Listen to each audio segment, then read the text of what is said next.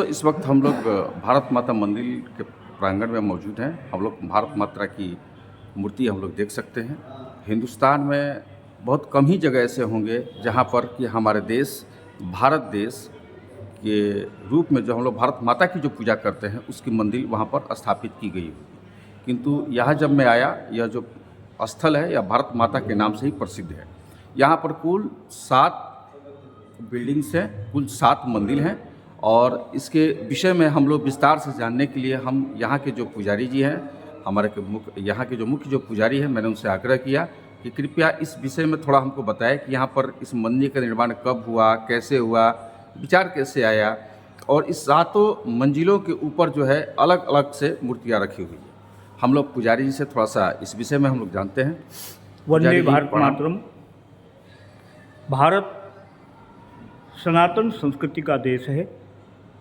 भारत की जो महान संस्कृति है वो हमें राष्ट्र प्रेम और राष्ट्र के प्रति समर्पण की भावना को सिखाती है और यह बताती है कि हम भारतवासी जी अपने राष्ट्र से इतना प्रेम करते हैं, इतना प्यार करते हैं जैसे स्वयं हमारी जन्मदात्री माँ से प्यार करते हैं। जी हमारी संस्कृति का सबसे बड़ा जो इसकी जो खूबी है, जो महानता है जी वो ये है कि हमें भाईचारे से और सबके साथ मिलकर रहना सिखाती है। जी जैसे एक माँ के अनेक पुत्र होते हैं जी और सब मिलकर के रहते हैं, जी सभी एक समाज में रहते हैं, एक परिवार के रूप में रहते हैं।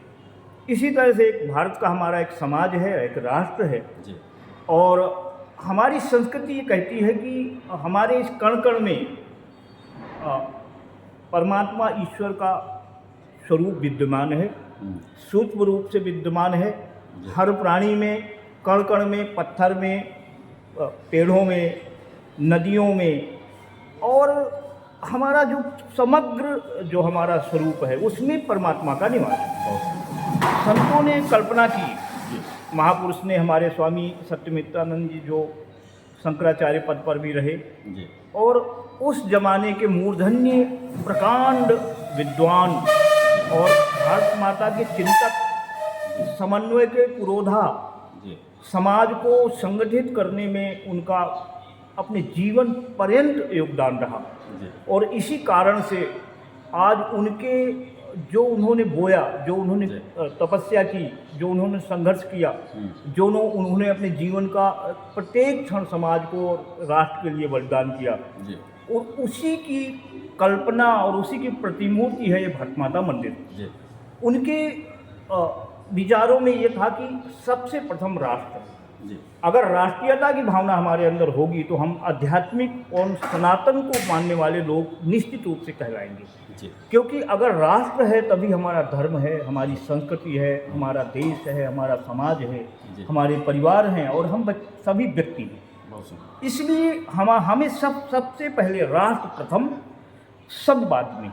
जी यदि राष्ट्र रहेगा तभी हम सुरक्षित रहेंगे। बहुत सुंदर। करोड़ों हमारे देश के युवा हमारी राष्ट्र रक्षा के लिए अपने जीवन का बलिदान देते हैं, सीमाओं में अपना बलिदान खुशी खुशी देते हैं और ये हमारा इतिहास रहा है। जैसा कि हमारे प्रथम खंड में एक दर्शाया गया है कि ऐसे ऐसे महापुरुष जिन्होंने हंसते हंसते अपने जीवन को राष्ट्र के लिए, भारत माता के लिए बलिदान किया।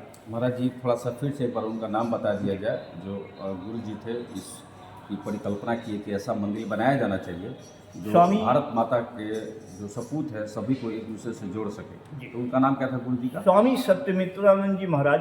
स्वामी सत्यमित्रानंद जी महाराज के द्वारा स्वयं कल्पना किया गया। स्वयं वो शंकराचार्य पद पर रहे जी, लेकिन समाज की उस जमाने की जो कुछ विकृतियाँ थीं जी, उन विकृतियों को उन्होंने शंकराचार्य पद पर रहते हुए संभव नहीं था, ऐसा उनके मन में आया तो उन्होंने शंकराचार्य पद का त्याग किया और पूरे देश में उन्होंने भ्रमण किया। आदिवासियों में गए, जो वंचित थे, जो पिछड़े थे, उनको सबको एक साथ संगठित किया।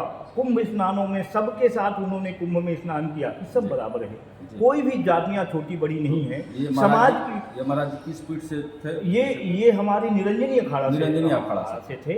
और हमारे परम पूज्य स्वामी जी महाराज को पद्म भूषण सम्मान से भी महामहिम राष्ट्रपति प्रणब मुखर्जी द्वारा प्रदान किया गया। हाँ, इस फोटो ले लिया जाए वहाँ पर।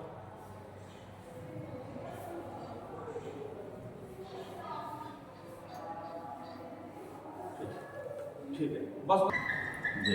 इस मंदिर का जो उद्घाटन है, जो देश को इसका लोकार्पण किया गया सन 1983 में हुआ। उस समय की प्रधानमंत्री श्रीमती इंदिरा गांधी जी थी। और उस समय स्वामी जी ने उनसे जाकर के अनुरोध किया कि आप हमारे देश की प्रधानमंत्री हैं, मैं आपके इस राष्ट्र का, भारत का नागरिक हूँ, इस नाते मैंने जो भारत माता मंदिर बनाया, उस मंदिर की उद्घाटन में आपको मैं आमंत्रण देने आया हूँ। तो कुछ हिचकिचाहट हुई उनके मन में। अंत में स्वामी जी ने कहा कि मैं नागरिक होने के नाते आपसे अनुरोध करता हूं कि भारत माता मंदिर के उद्घाटन में आप आइए और इसका उद्घाटन कीजिए। श्रीमती इंदिरा जी आई और उद्घाटन उन्होंने सन 1983 में किया।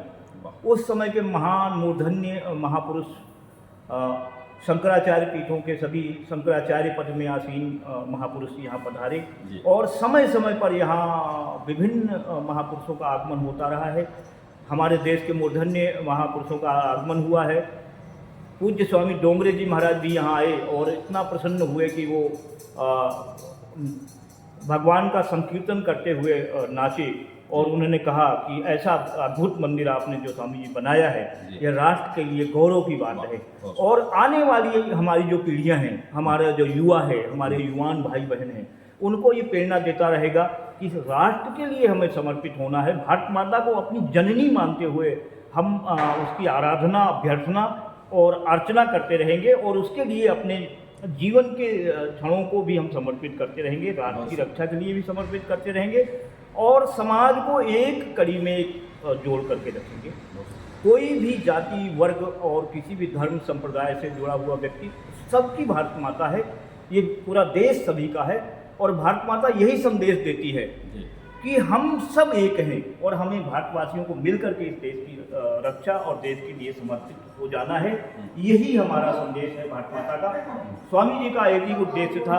उस जमाने में जब मंदिर बना तब देश में कहीं भी भारत माता मंदिर नहीं था और प्रथम भारत माता मंदिर पूरे दुनिया में है ये, जिसकी परिकल्पना स्वामी जी ने की, क्योंकि उन्होंने सबको समन्वित भावना से एक कड़ी में जोड़ने का काम किया है। भारत माता के प्रति उनका समर्पण रहा और हर संत को भी अपने सबसे पहले राष्ट्र और अपने धर्म और अपनी मातृभूमि के लिए समर्पित होना चाहिए।